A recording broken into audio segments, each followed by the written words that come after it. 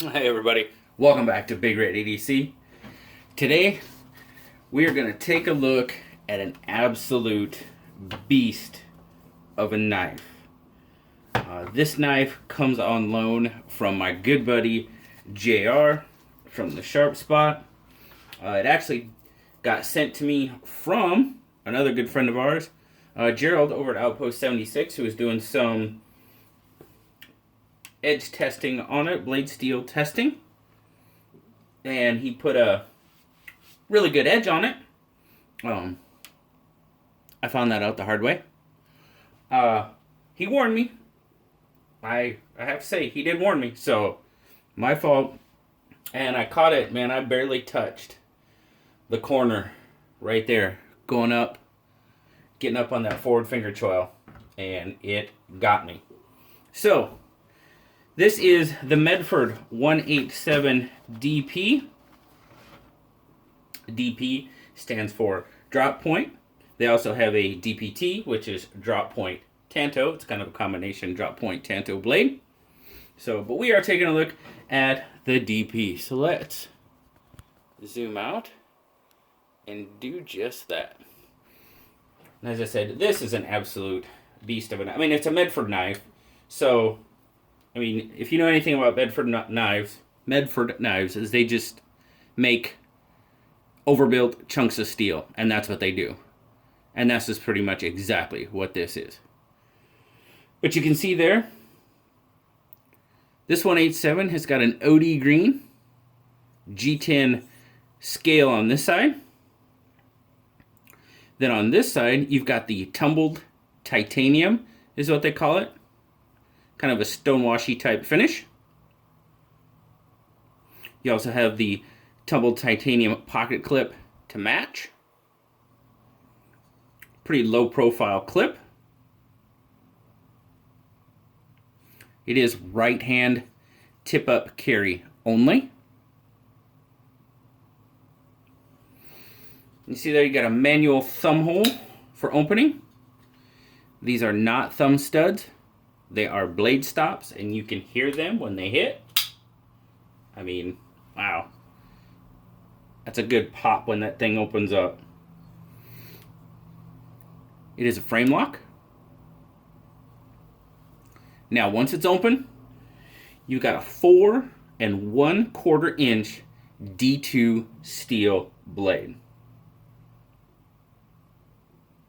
Drop point, as I said, DP.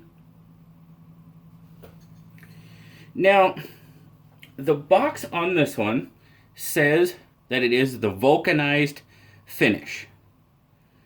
And you can kind of tell, it's really hard to tell, but if you can just see those minor discolorations in the metal where the heat's been applied for the vulcanization, and there you can kind of see right down here, hopefully, if I can get some light on it. But they're not as... It's not as prominent as it is on some of the other Medford models, but it is there. Now it's got a 3 5/8 inch cutting edge on it.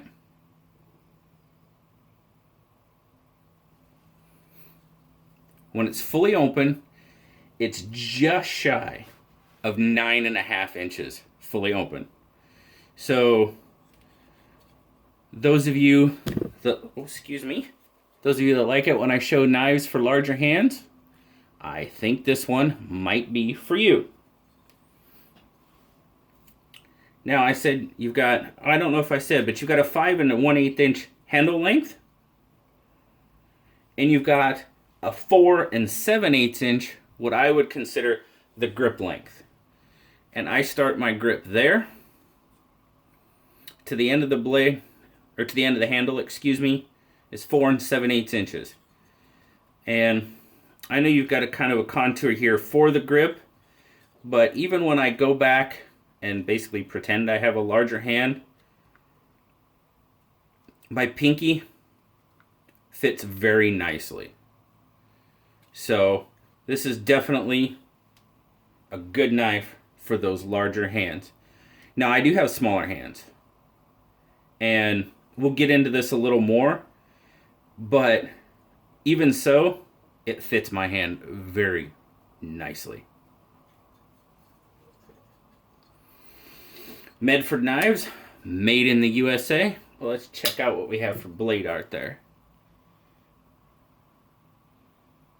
Get the Medford logo in the D.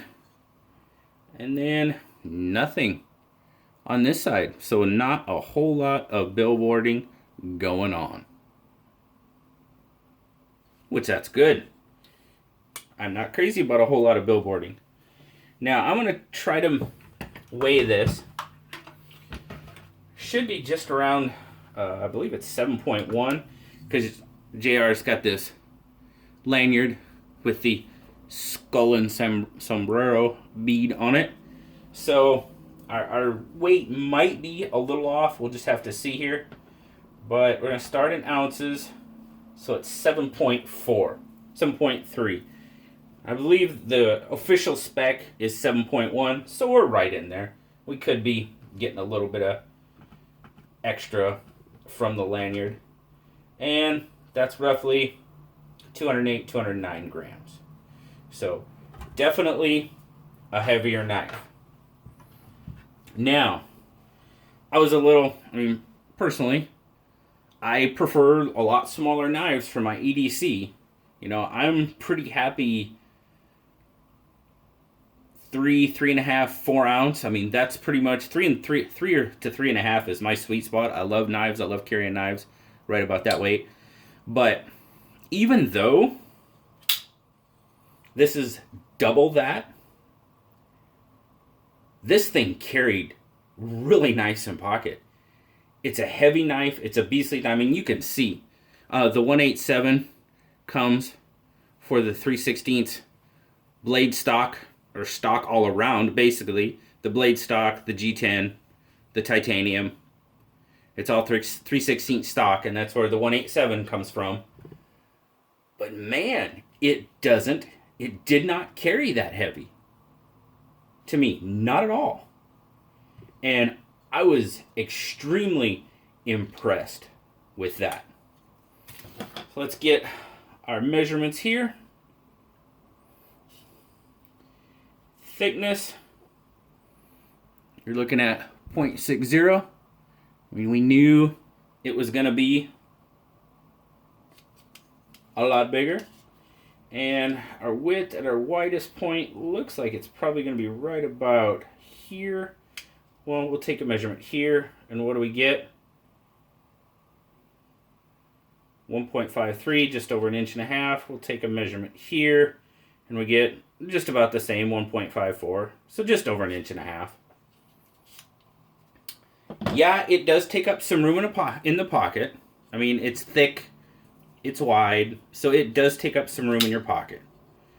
A lot of people would probably consider it a pocket hog. I didn't think it was too bad, but trust me, you definitely know when you reach into your pocket, you know it's there. So, but the biggest thing I was impressed with was the weight. To me, it did not carry as heavy as it was. And I've even got a little bit of extra weight with the lanyard. And this, because it's a pretty solid bead, that's got a little bit of weight to it. And it just wasn't, I really didn't know it was there, which was really, really impressive to me. My overall take on it, guys. I mean, as I said before, it's an absolute massive, overbuilt piece of steel.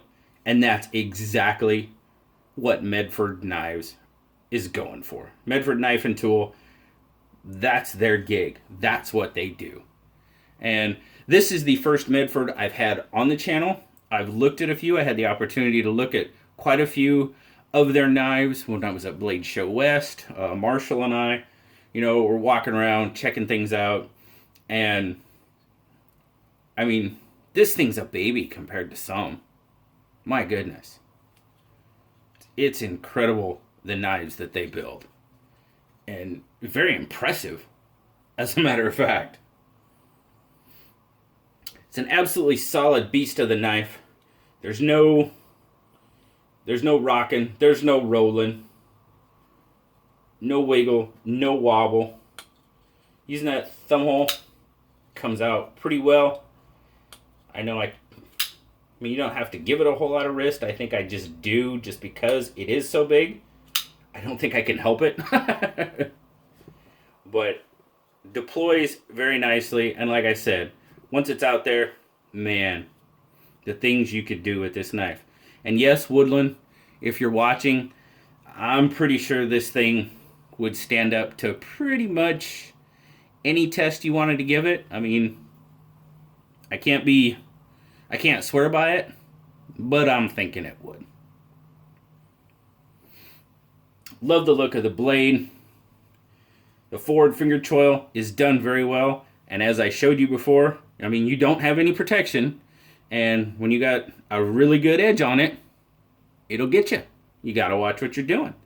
And first rule of knives is kind of the same rule as firearms. Always treat a firearm as it's loaded. Well, always treat a knife as if it's going to cut you, because it probably will. So, but I got lazy, and it got me. Now, the jimping on the spine of the blade, done very well. In conjunction with that forward finger choil, yes indeed. And there again, even though it's such a big knife, I can get a really, really good grip on it. I mean, pretty much anywhere. Like I said, when I had my 4 7/8, I kind of started, that just seems like the natural grip point. But when you do choke hub, obviously, you've got more. But man, feels very good in hand. Like I said, the low profile clip doesn't bother my grip at all. Now you've got some jimping down here. So you've got some aid in a reverse grip. You even have some jimping here. I mean, I personally don't see myself ever using a grip like this because I'm not a knife fighter. So, but if there are some of you that like using that grip for whatever reason, very, very adequate with the jimping down here to support that. Just a fabulous, fabulous grip though. Extremely, extremely comfortable in hand. Overall fit and finish. Now JR got this knife used, is my understanding. And even so, I mean, yeah, it's been used. But just the build quality and the finish on it, even though it is a used knife, it's really nice. There was only one spot that I found that I guess really had a little nitpick about, and it's right here with that frame lock. With the frame lock engaged, this spot is a little sharp, because I know one time I reached up and grabbed it, and this corner did kind of poke me. So I was like, hey, what was that? And then obviously I look at it a little further, and yeah, it's a little sharp there. It's pretty much a straight edge. So other than that, everything is absolutely fantastic with this knife. Just a massive beast and an awesome, awesome knife. Blue loved it. He gave it a 9. Blue was very impressed with this knife, even though it is a lot bigger knife, and he's a little guy. And I'd have to agree with him. This is one of the, first real bigger knives like this that no matter how I have it, it's just really comfortable for me. Extremely comfortable in hand. Now the 187, the DP, the DPT, they are discontinued. So, you might have to look on the secondary market for one of these. When they were new, they were selling in that $4.25 to $4.75 range. And trust me, that is inexpensive for a Medford knife. If you've ever looked into Medford knives, you know that. I mean, They're all hand-built, hand-constructed, and I mean, they have knives that cost well over $1,000. So this is, I'm not even going to use the word that begins with CH in conjunction with this knife because that would just be a considerable injustice. This is probably one of the most inexpensive. There were a couple other ones that were less expensive than this one, but it's pretty much on the bottom end of the price scale for a Medford knife. And a very cool knife, indeed. So I have to thank JR once again for allowing us to take a look at his Medford. We greatly appreciate it and thank him many, many times over for allowing us to take a look at it. And thank you to Gerald from Outpost 76 for sending it over to me. I greatly appreciate it, buddy. Thank you very much. But there you go, guys. That has been my review of the Medford 187 DP. Medford Knife and Tool. As you can see there, MKT. Now, if you guys are still with me and you missed this week's episode, last Saturday's episode of Saturday Knife Live, guys, please go check it out. I know it's long. I mean, obviously, I don't expect you to watch the whole thing, but catch some bits and pieces of it. I had Sean from Geared Towards Gear on. I had him on speakerphone. It worked out pretty darn well. It worked out a lot better than I thought it was going to, and I was very pleased. And if you haven't checked out Geared Towards Gear, please go check out his channel.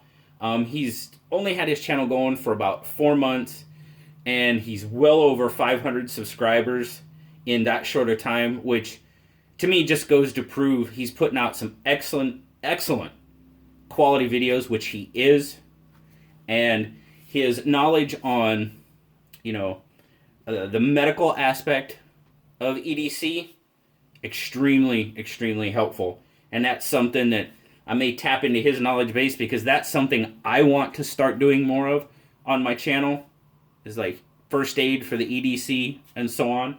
So I may have to use him as a resource if he would do so. I'm pretty sure he would. He's an awesome guy. So if you guys haven't checked that out, please go check out a little bit of it, and definitely go check out Geared Toward Gear and check out Sean's channel. As always, guys, I greatly appreciate you stopping by, spending some time with me today. As always, like, subscribe, leave me a comment. I love talking to y'all. And until next time, I'll talk to y'all later, guys. Bye-bye.